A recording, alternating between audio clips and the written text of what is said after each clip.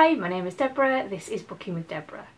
Today's video is a book haul and it is all of the books that I have purchased between July and December 2022. So it actually spans 6 months of book buying and I have quite a few books to show you today. Before I get into the books, I wanted to let you know that I am expecting this to be my last book haul for quite some time. I have no plans to buy any books for the foreseeable future. I've been saying for quite a while on my channel how I have enough books and actually spend some time focusing on reading some of those books. Let's get into the books. The first 2 books that I have purchased were inspired by comments left by people in my 50 before 50 classics video, and I wanted to say thank you so much to everybody who had taken the time to watch that video and also leave some really useful and interesting comments suggesting different types of books that I could read in future for classics. For anyone who's not seen that video, I will link it in the comment section down below. And the first of those books is Hard Times by Charles Dickens, and this is one of Dickens's shorter novels set in an imaginary northern town in England, and it explores a working class industrial community in the mid-Victorian era, but with some input from a horse riding circus. As somebody who lives in the north of England, I am quite drawn to novels set in the north of England. My next classic is Silas Marner by George Eliot. And again, this is a very short novel, and this will be my first novel written by this author. And this novel tells the story of the exiled Silas Marner, who lives in agricultural England, and it is about how his life is restored by an orphan girl called Eppie. My next book I picked up in my local library sale, and that book is Scottish Folk and Fairy Tales, From Burns to Buchan, and that is edited by Gordon Jarvis. I actually had it on my wish list already and I managed to pick this up for just £1.20. The next book that I purchased was Fragile Monsters by Catherine Menon, and this one is for my Read Around the World challenge for Malaysia, and this is about Mary, whose difficult grandmother goes to visit her in rural Malaysia, and it's all about untangling their family past and confronting dark memories around the disappearance of family members and childhood tragedy. This one sounds like it's going to be quite a challenging but I think interesting read. The next book that I purchased is The Great Believers by Rebecca Mackay. This is quite a long read at 515 pages, and I think it's going to be a very emotional read. This novel is set in Chicago in 1984 and Paris in 2015, and it focuses on a group of friends, lovers and family outcasts, the young men lost to AIDS and those who survived. I'm not planning to read this book anytime soon because I think it is going to be very emotional and a very difficult read, but it's a book that I am hoping to read at some point in the future. The next book is also for my Read Around the World challenge, and that is Dominica by Angie Cruz. This is for Read Around the World Dominican Republic, and I believe this is inspired by the author's mother's story. In this novel we meet 15-year-old Anna in 1965 as she moves from Dominican to New York City with an older man who she doesn't love but who she's hoping will provide for her and enable her family to immigrate. Then her husband returns to the Dominican Republic, and at that point Anna's life changes. My next book is also another book for my Read Around the World challenge, and that is for Senegal, and that is At Night All Blood is Back by David Diop, and this is translated from the French by Anna Moscovacus. This book was the 2021 International Booker Prize winner, and this is another book that I am expecting to be a difficult read, but it is quite a short one. I'm not planning to read any of my more difficult, challenging books in the winter months because it's not my favourite time of year. It's a time of year I find quite difficult. I hope to get to it at some point in the future. This novel is about 2 Senegalese soldiers fighting in the Great War in the trenches in France, and it explores the role of African men during the Second World War. It's described as a hypnotic, heartbreaking rendering of a mind hurtling towards madness. So it does sound like it's going to be interesting, but again, a difficult read, I think. My next book purchase was inspired by one of my subscribers, which is Brian, who always leaves really lovely comments on all of my videos, and he had mentioned that he has read and enjoyed Ethan Frome by Edith Wharton. So I was very pleased to see a copy of this in my local charity shop. And it's another very short one. And this book will be my first novel by Edith Wharton. And this novel is all about Ethan Frome in a close rural community in Massachusetts and his relationship with a young woman called Mattie. And I may read this novel in May for May of the Moderns. If you've been around my channel for a little while and you've watched my videos towards the end of last year, you will know that I had not been very well during parts of 2022. Unfortunately, that meant I had to go into hospital to have various appointments with specialists and undergo procedures. However, on one of those visits, I checked out the hospital secondhand book sale that they have on my way out, and I was really pleased to see another book for my Read Around the World challenge, and that was a book for Ghana, and that book is Hold by Michael Donker, and I absolutely love the cover on this book. I think it's absolutely stunning, and I was able to pick this up at my hospital book sale for 50p. So I was really pleased to see this because I actually had it on my library wish list, and it doesn't really look like it's even been read. So that was actually something really nice to come away from one of my hospital appointments with. This novel is about 3 female characters. Belinda, who is a house girl who is sent from Ghana to London to befriend a troubled girl called Arma. Arma attends an exclusive London school, and I believe this book explores the development of their friendship and their kinship, and it also explores the secrets that they both have. And then the 3rd female character in this novel is Mary, who I believe is a young house girl in training, who I think may be based in Ghana. My next 3 purchases were all from an independent publisher, so I purchased these directly from the publisher's website, and that publisher is Pluto Press, and they specialise in publishing non-fiction books which have some really interesting themes. And the first of those books is Feminism Interrupted by Lola Olufemi, and it has the subtitle of Disrupting Power. I first saw this book discussed by Charlie on her channel Charlie Reads Books, so I will link Charlie's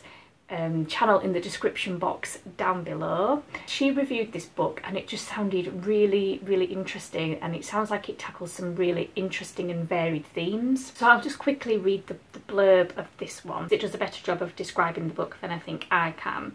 It says, "This revolutionary book reclaims feminism from consumerism by exploring state violence against women, reproductive justice, transmisogyny, sex work, gendered Islamophobia and much more, showing that the struggle for gender liberation is a struggle for justice and one that can transform the world for everyone." And then another book from the same publisher, Pluto Press, is Mask Off, and this is by J.J. Bowler with the subtitle of Masculinity Redefined. J.J. Bowler explores masculinity as a performance that men are socially conditioned into. Using examples of non-Western cultural traditions, music and sport, he debunks popular myths. Masculinity lies at the heart of love and sex, the political stage, gang culture, competitive sports, mental health issues and much more.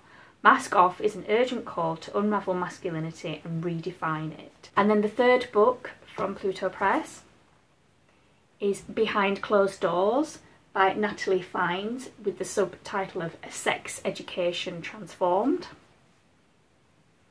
If Me Too has taught us anything, it's how dangerous it is to keep conversations about sex hidden from view. Behind Closed Doors invests in a radical, inclusive and honest sex education, taking us beyond learning about the birds and the bees to identifying inequality that stands in the way of sexual freedom, from contraceptives to virginity, consent to pornography, transphobia to sexual abuse. This book shows how our desires are influenced by powerful political processes that can be transformed. I think all 3 of these books sound really interesting, and like they're going to explore a whole host of really interesting issues, and I also think each of these books is going to talk to each other, so that's why I brought all 3 together, because I think there'll be some overlap with each book, but possibly from different perspectives. And then my last few books are all books with a particular theme. As I mentioned earlier, during 2022 I was being a little bit unwell, and on a particular day I decided to treat myself to go out on a bit of a day out to a different town from the town in which I lived and just go and explore some of the charity bookshops. I set myself a little bit of a challenge to only purchase books that were comfort reads. So I was specifically going out to look for comfort books, books that I would be able to escape into in future if I'm ever feeling really unwell or having a difficult time, so that I have always got some books to fall back on, because I feel like I probably don't have that many books on my shelves that I would describe as just pure comfort reads. And I was really happy to find a number of books that for me I think will be comfort reads in future. And the first one of those books is The Reader on the 627.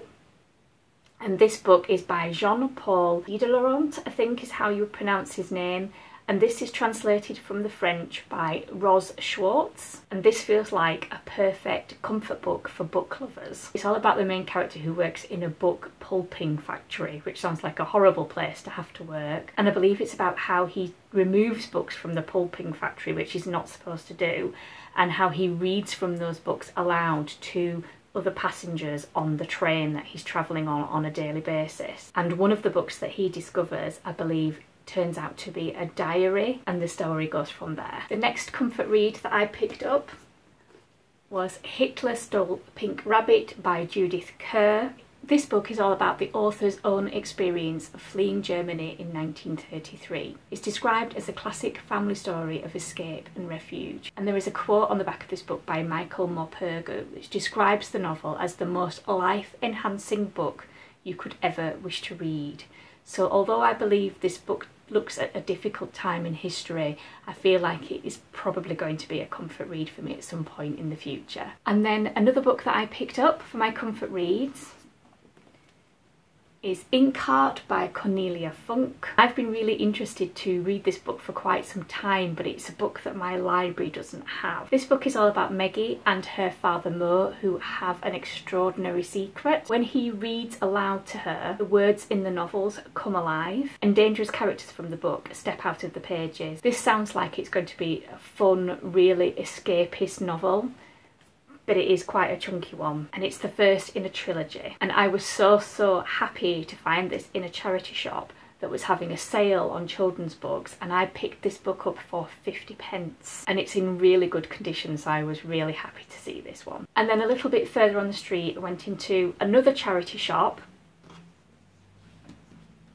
and picked up this one, which is Inkspell, also by Cornelia Funk, which is the second book in the trilogy. And this book looks absolutely brand new. I'm not even sure if this one has even been read, and I managed to get this one in the charity shop for £1.99. So I managed to get both of these big chunky, very popular fantasy books for less than £2.50 on my search for comfort reads. So these really did feel like book treasures. I'm keeping my fingers crossed that I enjoy the first two books in the trilogy, and if I do, I will be sure to go to an independent bookshop to buy the third book in the trilogy and pay full price for it. Those are all the books I bought myself between July and December in 2022, so over a 6-month period. But I also got a book for Christmas, which is this one, and that book is A Witch's Garden, Plants in Folklore, Magic and Traditional Medicine. And this book is by Sandra Lawrence. And this book has actually been created by Kew Gardens, the Royal Botanical Gardens. And it's one of those books that I'm looking forward to dipping in and out of over the course of the year. It has some really interesting chapters within it, so I'm just going to flick up the contents page, and if anybody wants to pause the screen and have a little look at the contents page. Hopefully you've been able to see that, and it's also got some really beautiful illustrations in it. Just try and find one. So, and it explores a range of individual plants, and it looks obviously around sort of folklore around those plants historically, and also how those plants have been used in traditional medicine. So this looks like a really lovely book to sit and just dip in and out of. Those are all of the books that I wanted to share with you today. I would love to hear in the comments down below if you have read any of these books and what your thoughts about them were. And I would also love to hear in the comments down below whether you have recently treated yourself to buying any new books, or whether you maybe got any books as part of your Christmas presents. As I said at the beginning of this video, I am not planning to do another book haul anytime soon. I will probably chat about that a little bit more in a future video, but this is likely to be the last book haul you see for some time on my channel. I hope you've enjoyed this video. If you have, I'd really appreciate it if you would like this video, and also it would be lovely if you wanted to subscribe to my channel. I really love chatting with people about books, and I'm really grateful to all of my subscribers who subscribe to my channel and support my channel by watching my videos. That's it for today's video. Thank you very much for watching. Take care. Bye!